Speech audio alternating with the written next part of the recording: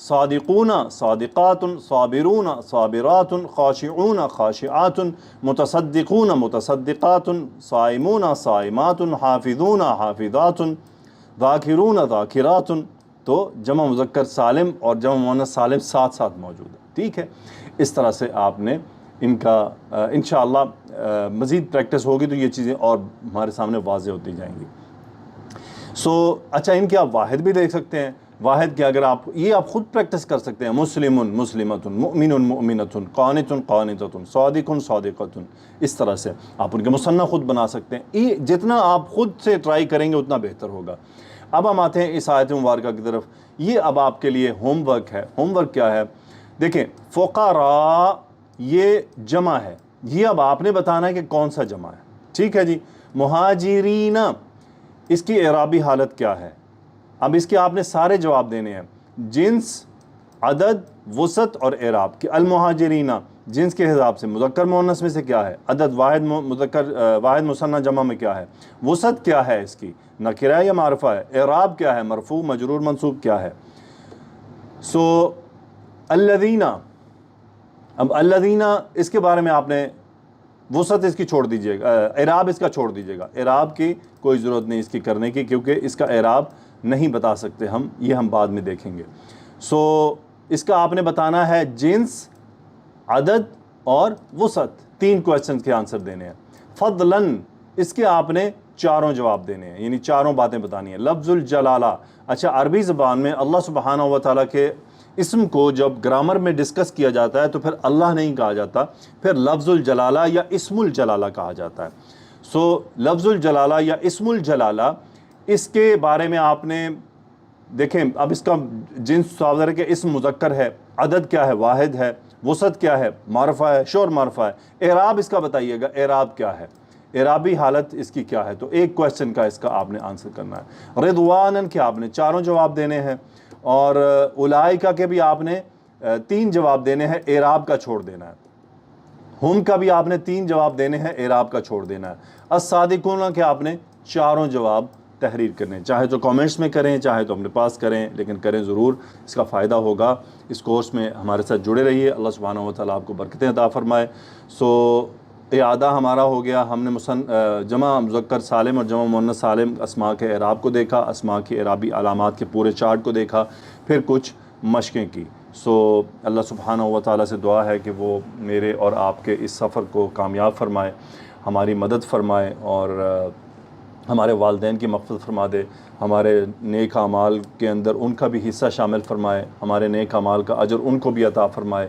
ہمارے بزرگوں کی جو دنیا سے جا چکے، ایمان کی حالت میں فوت ہوئے، اللہ ان کی مغفرت فرمائے، ان کے درجات بلند فرمائے. اگر کوئی ان کے لیے قبر میں مشکلیں ہیں تو ان مشکلوں کو دور فرمائے. اللہ سبحانہ و تعالیٰ ہماری جو روز آخرت ہے اس کے جو پوشیدہ مسائل ہیں جو اس کے علم میں ہیں وہ ان کو دور فرما دے، کیونکہ وہ تو جو چاہتا ہے وہ کر گزرتا ہے. ہم اس سے یہی دعا کرتے ہیں، یا اللہ تجھے تیرے علی کل شیء قدیر ہونے کا واسطہ، کہ تو ہر چیز پر قادر ہے، تجھے تیرے قدیر ہونے کا واسطہ تو اپنی رحمت سے، اپنی مہربانی سے ہمارے گناہوں کو معاف فرما دے اور ہمارے لیے آسانیاں عطا فرما. ہمیں خیر کے کاموں میں استعمال فرما اور ہمیں حسن الخاتمہ عطا فرما. آمین. سبحانک اللہم و بحمدک، اشہد ان لا الہ الا انت، استغفرک و اتوب الیک. اللہم صل وسلم علی نبینا محمد. آمین یا رب العالمین. السلام علیکم ورحمۃ اللہ وبرکاتہ.